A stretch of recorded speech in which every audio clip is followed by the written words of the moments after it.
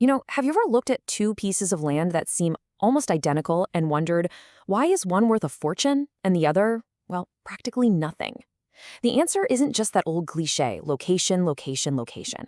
It's actually a lot more interesting than that. Today, we're going to piece together this exact puzzle. This is the big question, right? Because the value isn't literally in the dirt. It's in the story, the whole invisible economic web of competition and demand that's woven around it. That's what gives a property its real potential. And, this quote here really just nails it. Look, anybody can throw a number out there and guess what a property is worth. But to actually know its value, well, that takes evidence. And you find that evidence by digging into its competitive environment. So, to solve this puzzle, appraisers basically become detectives. They don't just, look at the four walls of a building.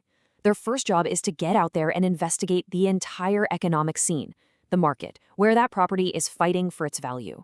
Okay, so here's the most important thing to get right off the bat. A property doesn't have value in a vacuum. It just doesn't. Its worth is completely shaped by the supply, the demand, and all the competition swirling around it. It is all about the context. All right, so how do we actually define that context? Well, we start with this thing called the market area. And let me tell you, it's not just about drawing a circle on a map or punching in a zip code. Oh no, it's way smarter than that. So here's the textbook definition, more or less. A market area is just the geographic region where a property's potential buyers are actually searching and where its direct competitors are. So think of it like the property's real-world arena, It's defined by how people actually behave, not by some arbitrary line on a map. Let me give you a super simple way to think about this. Imagine you need a coffee, right? Your personal market area for that coffee is basically how far you're willing to drive past other coffee shops to get to the one you want. Real estate, it works on the exact same principle, just, on a much bigger scale. And just look at how massively that scale changes depending on what kind of property we're talking about. For a little convenience store, its market might just be a few city blocks. But for a giant industrial warehouse, we're talking about an entire logistics corridor. In a fancy resort hotel, that could be competing across the whole country. And this is a perfect example of what I mean. A warehouse over in Mandaue City in the Philippines, it's not just competing with a warehouse next door. No, its competition is in other cities like Consolacion and Liloan because they all serve the same purpose. And that's the key. Economic function always beats political boundaries. Okay, so if the market area is our playing field, how does our detective actually figure out where the sidelines are? How do they draw these invisible lines on the map? Well, they look for four main types of boundaries. First up is accessibility. Things like highways and airports that tie places together. Then you've got physical boundaries, the obvious stuff like rivers or mountains that just chop a region in two. Third, there are political boundaries. Think zoning laws or different tax districts. And finally, and this one's really interesting, there are socioeconomic boundaries, like that invisible line you cross when you go from a wealthy neighborhood to a more working class one.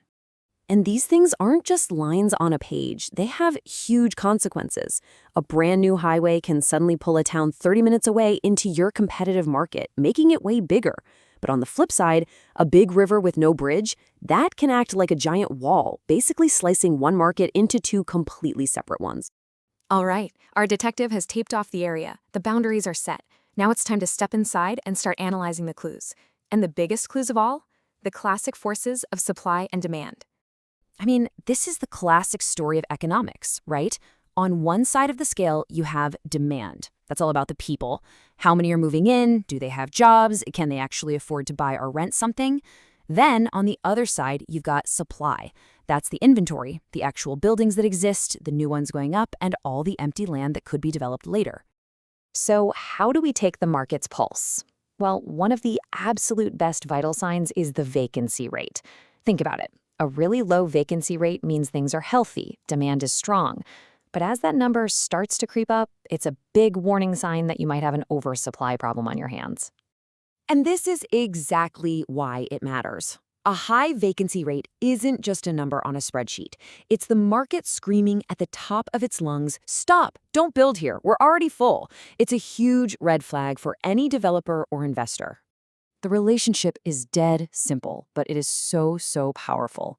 When demand is higher than supply, more buyers than properties, prices shoot up. When supply is higher than demand, Too many properties, not enough buyers, prices fall. The whole job of the appraiser is to pinpoint exactly where the market is on that seesaw. Okay, and now we get to the grand finale. This is the payoff. All of that detective work, defining the market, mapping the boundaries, reading the supply and demand tea leaves, it has all been leading up to one single critical question. What is this property's true purpose? To figure out a property's highest and best use, any idea you have for it has to clear 4 hurdles. First, is it legal? Can zoning even allow it? Second, is it physically possible? Can you actually build it there? And those are usually the easy ones. But the third one, is it financially feasible? That's the big one. That's the gatekeeper where most bad ideas die. And boom, there it is. That's the connection. That whole market analysis we just went through, that is what gives you the answer to the financially feasible question. It's not a guess, it's the hard evidence you need to prove that a project will actually be profitable. So let's put this into a real-world scenario. Imagine there's an empty lot down the street. You could definitely, physically, build a big, shiny condo tower there. But just because you can, does that mean you should? No way. Absolutely not. If all that detective work we talked about shows the market is already flooded with condos and nobody's renting them, building another one would be a complete financial disaster.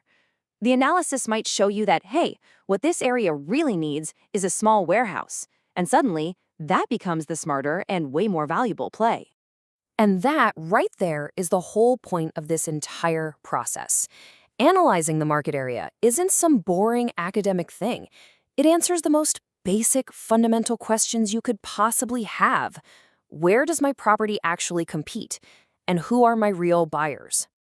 So from now on, when you see a for sale sign pop up or see a new construction site in your neighborhood, you'll know there's a much deeper story happening.